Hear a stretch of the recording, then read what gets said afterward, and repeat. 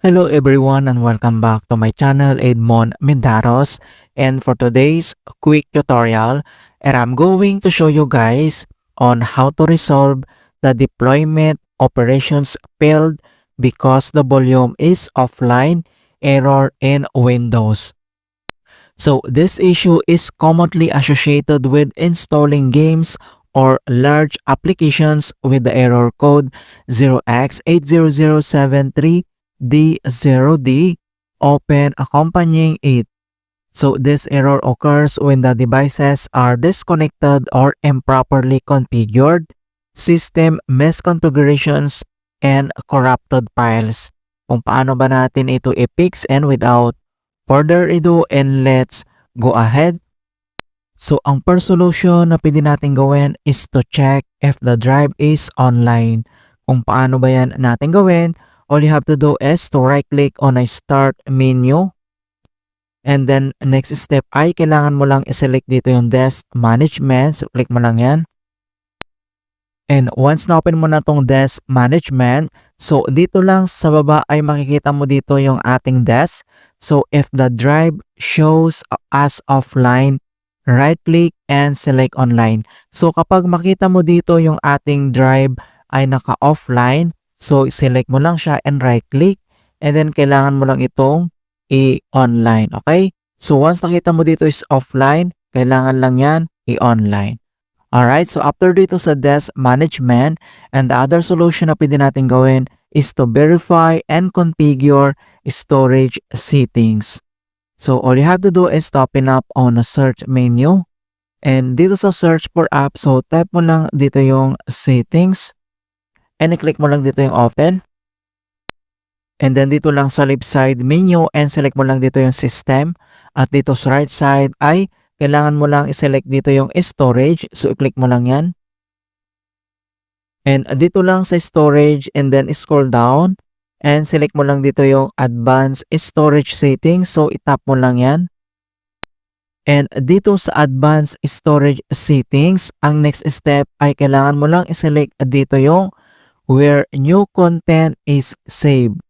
Okay, so ito yung kailangan mong i-select where new content is saved. So itap mo lang yan.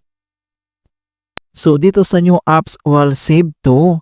So ensure the default location is the correct drive C by default. So kung makikita mo dito na yung ating C drive ay naka-depo siya, so kailangan mo lang i-select dito yung C drive as by default. So i-double check mo lang dito lahat, kailangan naka-C drive as default.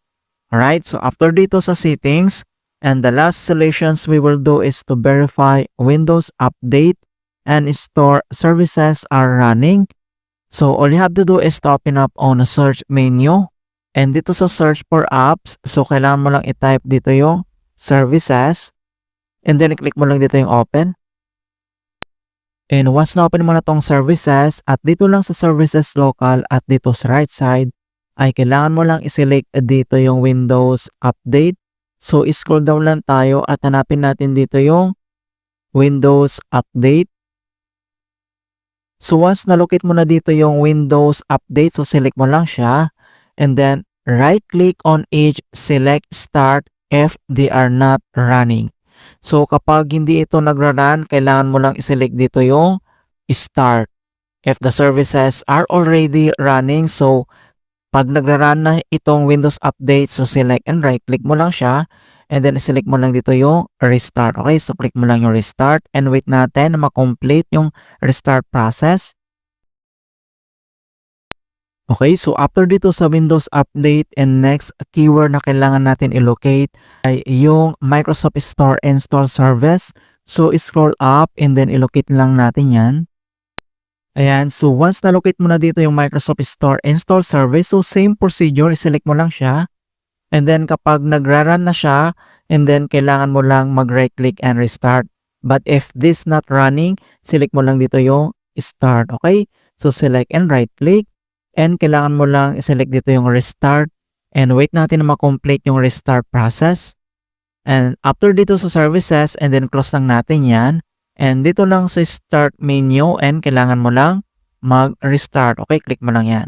Alright, so ganoon lang po kasimple on how to fix the deployment operations failed because the volume is offline error in Windows. And please don't forget to like this video and subscribe to my channel for more quality content. Thank you guys and see you in my next tutorial.